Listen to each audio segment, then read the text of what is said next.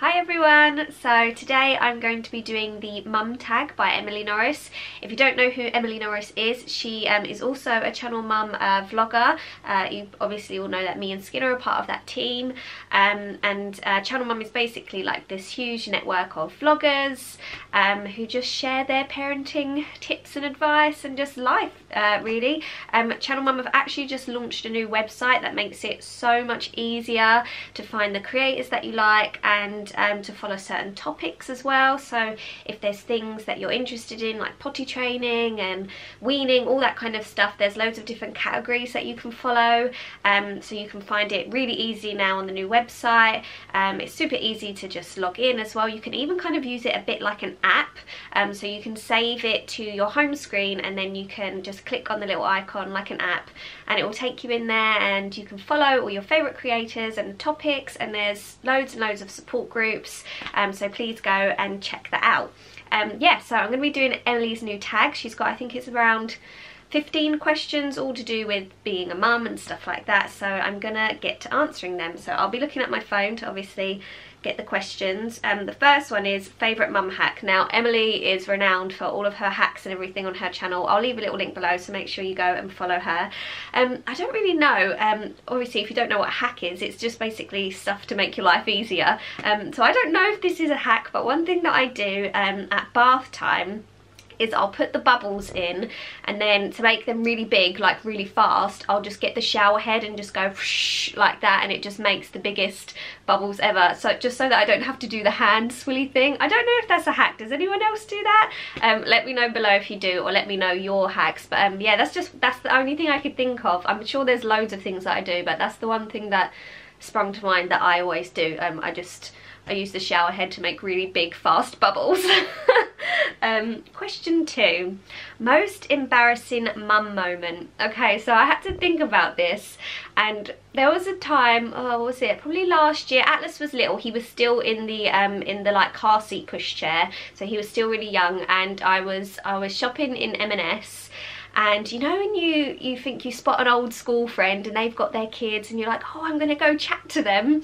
So I saw this person who I was so sure was a girl I went to school with, and I was like, I stopped her, I put my hand on her shoulder and I was like, Tara, and she looked at me and she was like, no, and I was like, yeah, we used to go to school together. I was like, you don't remember me, do you? And she was just looking at me, and I was looking at her like, I know who you are, why do you not remember me? And then it clicked in my head that it was Sonia from EastEnders, and I just looked at her and I went, I'm so sorry. I was like, you're Natalie Cassidy, aren't you? And she was like, yeah. I was like, I'm really sorry. I was like, you look just like a person I went to school with. And luckily, like obviously Atlas was there in the pushchair and she had her kids, so we had a little mum moment where we was like, oh, aren't the kids cute? But I was so embarrassed that literally I left the shop and I didn't even get any of my food. I was so embarrassed. And then I came home and told Skinner, and he was laughing hysterically. It was one of them moments where I was like, I just wanted to be swallowed up. It was so embarrassing, but I was quite lucky I had Atlas there with me to kind of soften the blow and kind of change the subject. But yeah, that was just so embarrassing how I mistook Sonia in EastEnders for an old school friend. So I'm sure there's loads of other embarrassing things I've done, but that's the one thing that I really remember. What part of the day do you love the most?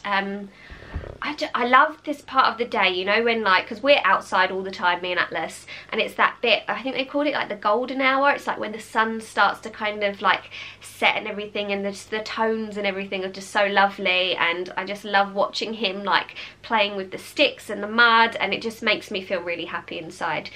Just any part of the day when we're outside really, I think is my favourite. Yeah, I just love being out and exploring with him. But now this is going to sound really contradictory, because it's like, what's your least favourite? What's your least favourite time of the day? Which for me is the morning, because Atlas loves being outside so much and he loves exploring. Like the minute he opens his eyes, he's like, I want to go outside, and I'm like, kid, it's 6 AM, we're not going outside, like let's just ease into the day. So yeah, that's my least favourite time in the morning, just because he's so like, he just wants to get up and go, and I love that about him. It's really great.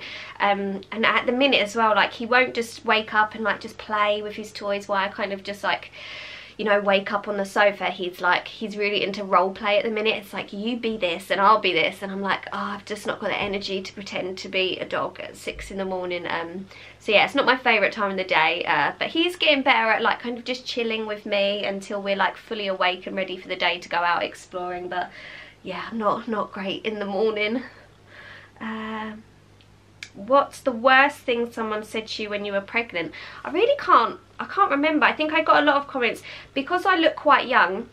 I'm 30, if you didn't know. I'm going to be 31 soon. I think a lot of people assumed that I was like a young mum or like a teenage mum, which there's nothing wrong with that, but I think people would give me like funny looks, and just I'd say that was not really comments, but you know, when you got the vibe that someone was like, oh, you know, you're only like I don't know, people think I was like 16 or something. I mean, I suppose it's a compliment. Like when I'm 50, I'll be like, yeah, that's fine, you can call me 16 all you like. But yeah, it would get annoying, because it's like I felt like people didn't take me seriously and stuff like that. And also when they'd be like, oh, you've got such a tiny little cute bump, like, and I'd be like, oh, I'd be really proud of my bump, and I'd want my bump to get bigger. I'd be like, stop calling it tiny, like it makes it like feel, you know, like I'm not as pregnant as other people. But my bump got massive in the end, so like, yeah, it was quite tiny to begin with. And I think because I didn't put weight on anywhere else, I was very like petite throughout my whole pregnancy. So in the beginning I was very like, my bump was very like small, and then in the last few weeks it just got huge. Yeah, it got massive. But yeah, that was something that used to annoy me. People would say, oh, your bump's so tiny. Next question. Where am I? Baby name you didn't agree on.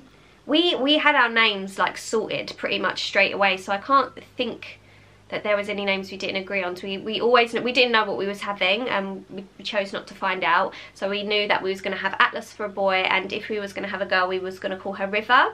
So yeah, those were the names we were set on, so we didn't have any disagreements really. We just was quite happy with those. I love baby name videos, by the way. I'm like, now there's so many, I don't plan on having another child, but if I did, I've got a whole bag full of names that we probably would disagree on now, because they're a little bit out there, who knows. Next question. Do you co-sleep? Yes, we do. People may think it's a bit controversial to still be co-sleeping at like 2 and a bit years old, but we love co-sleeping. We've co-slept from the very beginning. When he was born, we had the little like co-sleeper next to me thing attached to the bed, although he pretty much spent most of the time like in the bed. And then when he outgrew that, we still had a cot in our room. He's always been in our room, he's never been in his own room. And he used to go down in the cot, and he'd probably spend the first part of the night in the cot and then the next part in our bed. And then as soon as he got to the point where Atlas very soon was able to climb out of the cot, so we got rid of the side, but he just didn't want to go in there with it like that, so he just goes to sleep in our bed and stays in there all night, and he sleeps all the way through. He's been such a great sleeper. We've been so lucky, and I think that is because we co-sleep, because we're just together. For me, it feels the most natural thing to do, and I'm fine if you want to put your kid in another room, that's absolutely fine. I don't have any judgments, but for us, we love co-sleeping. I'm a huge like advocate for co-sleeping. I feel safe.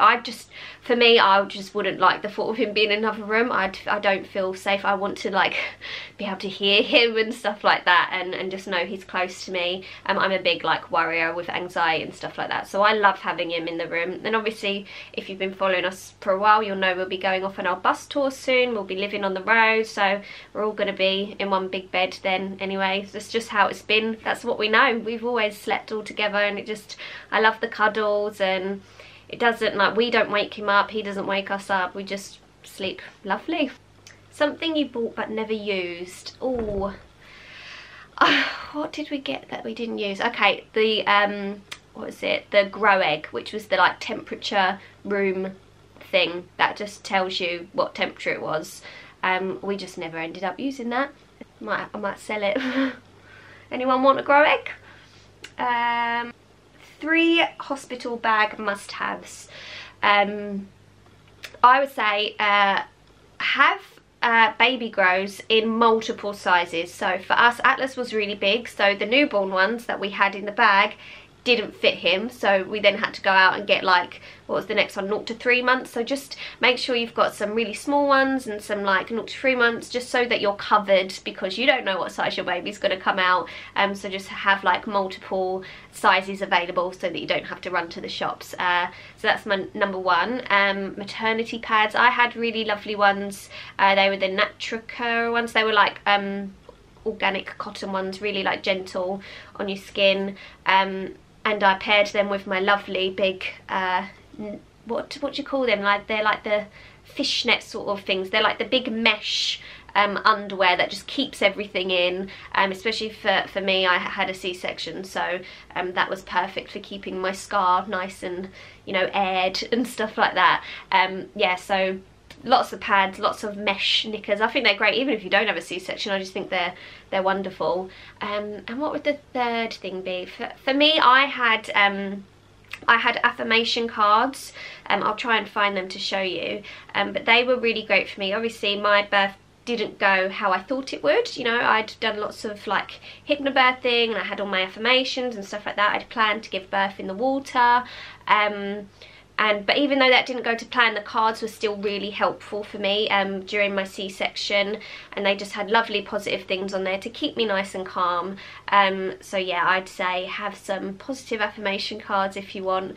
That's what I loved having in my hospital bag. Next.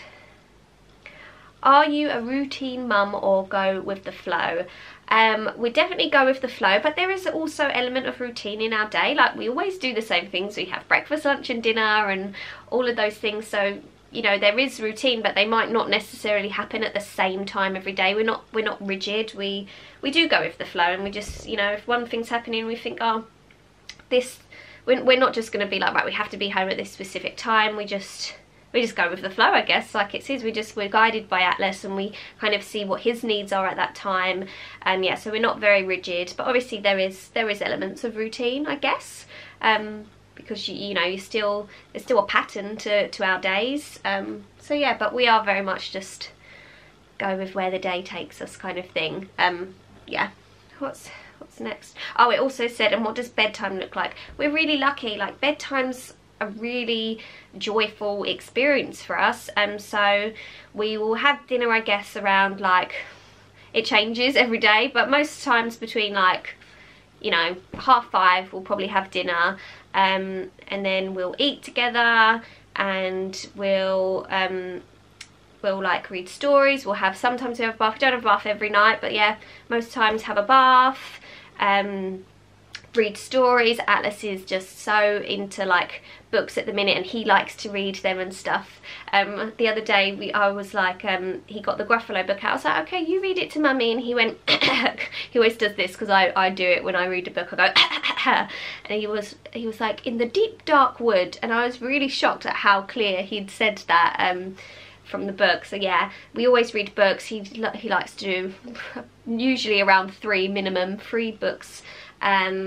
And yeah, we'll just like chill, and we always talk about our day. We'll say, what did we do today? And we did this. And also recently I've been doing like affirmations with him, and I'll go like, I'll get him to say like, I am strong, and I am brave, and I'm beautiful and kind, and he repeats them. And then the other night when he was falling asleep, I heard him whispering them to himself, and it just was like my proudest mummy moment ever. I could have cried. It was just so sweet. And yeah, and so we'll do that, and then we will come into the bedroom and we'll turn on, he calls it the moon. We have this essential oil diffuser, and we will turn that on, and he'll choose which colour he wants it to be.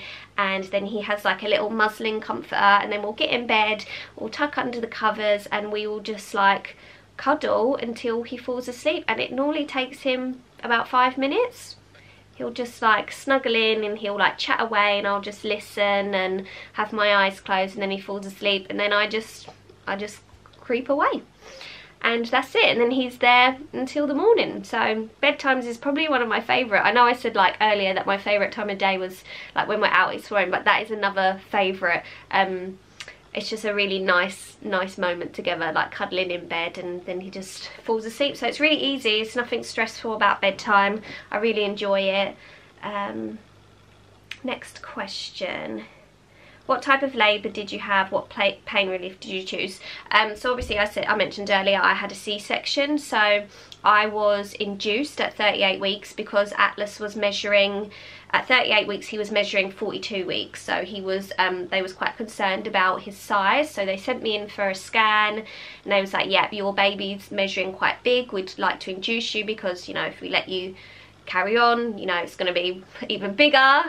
So I was scheduled in for an induction, but Atlas wasn't in the correct position. They classed it as an unstable lie, so 1 minute he'd be down and then the next minute he'd be transverse, and sorry, the camera cut out. So his position wasn't, you know, they weren't comfortable with going ahead with the induction because if his head wasn't down then the cord could prolapse and that would just be really dangerous. So it was suggested to me to have a C-section, and that's, you know, that's what I went with. I just thought, you know, I don't want to risk anything, even though I'd had in my head like all this, you know, the water birth and stuff like that. I just thought, you know, I'm gonna go with what they're telling me, and my gut felt that as well. I was like, you know, I'm a very anxious person and I didn't want to go with that risk, and I thought, okay, I'm gonna go with the C-section, and it was actually a really positive experience.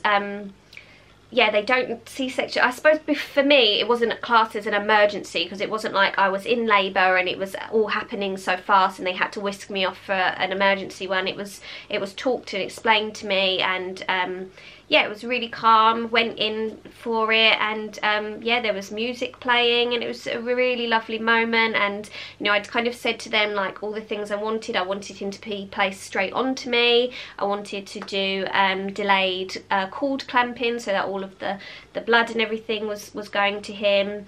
And yeah, it was really lovely, joyful experience. They lifted him out, they said it's a boy, and I cried and he was placed on me, and it was just so lovely. So yeah, I had a really positive C-section.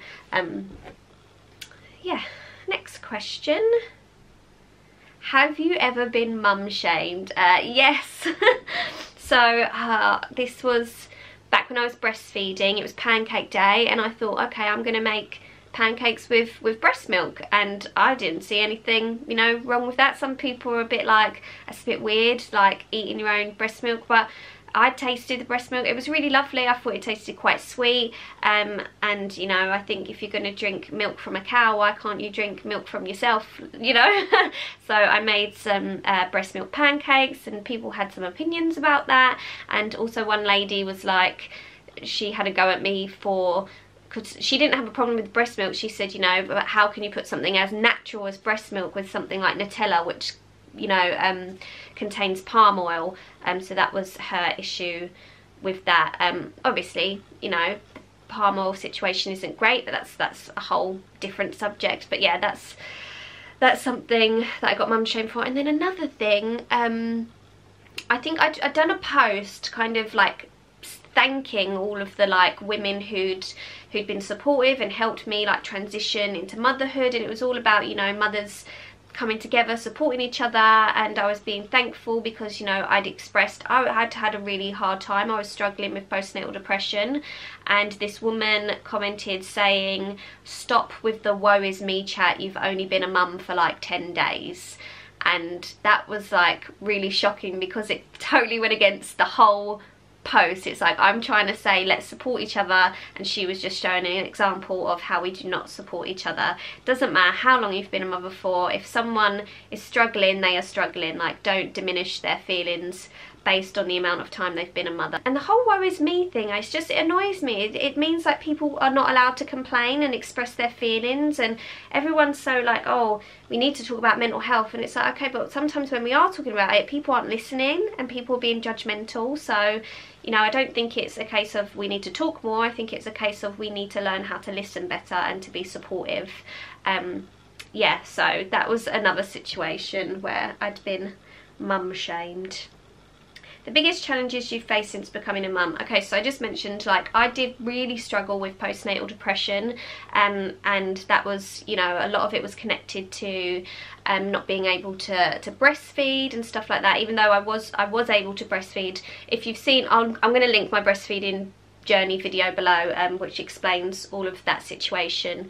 But yeah, I had huge feelings of like failure, and I had guilt. Guilt is one of the biggest things, like with motherhood. You're gonna feel it all the time with every single little thing.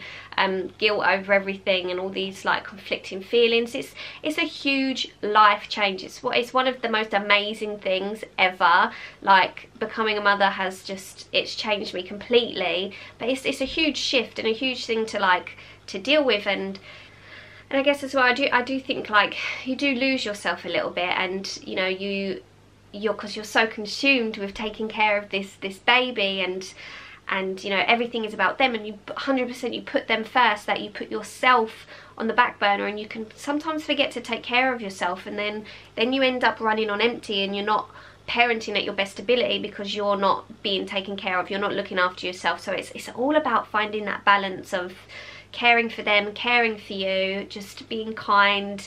Yeah, it's a huge life shift, and yeah, we just need to support each other and be there. It takes a village. That's like the channel mum motto. It definitely does. It takes a village. The best bit of advice you've been given. Okay, so this is really controversial, but I love the bit of advice where it's like nap when the baby naps. And I know everyone's like, well, Sheila, how am I meant to, should I do washing when the baby does washing, and should I cook when the baby cooks? And I know everyone has that opinion of it, but I think it's really valid to learn when to rest.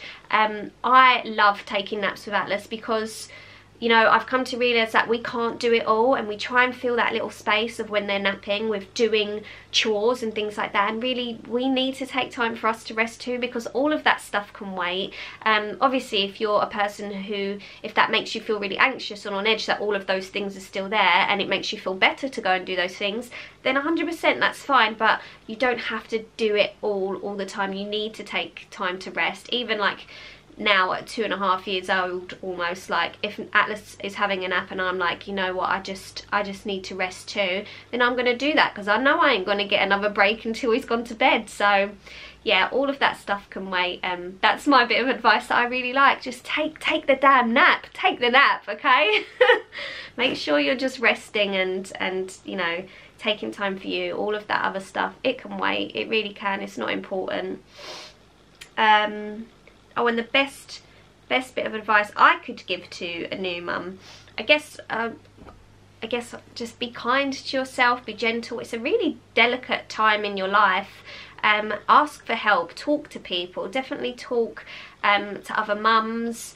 And yeah, I know it can be really hard and scary to make mum friends, but yeah, just talk to people, be honest and connect, because you'll find that the more honest you are, the more people will be like, oh yes, me too, and you'll find those connections much more quicker. Rather if you're going, yes, fine, we're doing really great, yeah, I'm loving it. It's like, just be honest and share your struggles with each other, and you know, that's how you'll find, you know, there's friendships that are really gonna help pull you through and stuff like that. Last question, who is your mum tag, and who's your mum tag? Who's your mum crush, and who do you tag? I've got so many mum crushes. Oh, I just think all mums are amazing. I'll just mention a few of my friends. So someone at the minute who I'm majorly crushing on is my good friend Lauren. She's at Dylan and Me on Instagram, and she is a single parent, and she is just like smashing it. Honestly, she's really raw and unapologetically just herself, and she's so honest. And yeah, she shares all the bad stuff, all the good stuff. She's so positive, and like, I love her. I think she's doing an amazing job just being herself and saying this is me, and this is how hard it really is, and but also like lifting you up at the same time. That's why she's so positive. Yeah, I think she's absolutely killing it. She's such a good mum to her little boy Dylan, and I love her, so I wanted to like mention her. Who else? Oh, there's so many people. Obviously my friend Mum Lena, Emma Ross, she's just, you know, she's just paving the way for plastic free parenting, and she's, you know, she's just amazing. She's pregnant with her third now as well, which is really exciting. Yeah, we're really good friends, and she's just great. She's a really great conscious parent, you know, trying to, you know, do right by the environment, and, you know, not in a way that it's like you have to be perfect. It's just all about conscious effort and stuff like that. at how we can make the world a better place. Who else do I love? Oh, just everyone. I love Lucy Houchin. I don't know if that's how you pronounce your last name, Lucy, since you got married. But yeah, she's Lucy in the Bump. And she's just so, I love her, she's just so positive. She's like a little ray of sunshine. Like all of the, she's on Channel Mum as well, all of the Channel mums are absolutely amazing, and I'm just so like happy to be part of that team of really amazing women and parents. And yeah, I love her. She's just like someone who always pops up on my Instagram, and she just makes me feel good. I love you, Lucy. Who else? So many people. Louise Pentland, I love her. She's just so real and honest as well. She's great. I just love all the mums that are just honest. It's just lovely. Oh, and another one who I love, absolutely obsessed with, which is Georgie, who is Dear India Rose. If you want some like playtime, what's the word, inspiration, she's just like got so many great things. Just like the way she sets up play and everything is just really cute. So yeah, they're just a few of the many mums that I love. So yeah, go and check all of them out, and I tag whoever wants to do it. If you want to get involved, just join in with the tag. I'll leave all of the questions below as well, so you can do them too. And yeah, hopefully you enjoyed this video, and we will see you again for another one soon.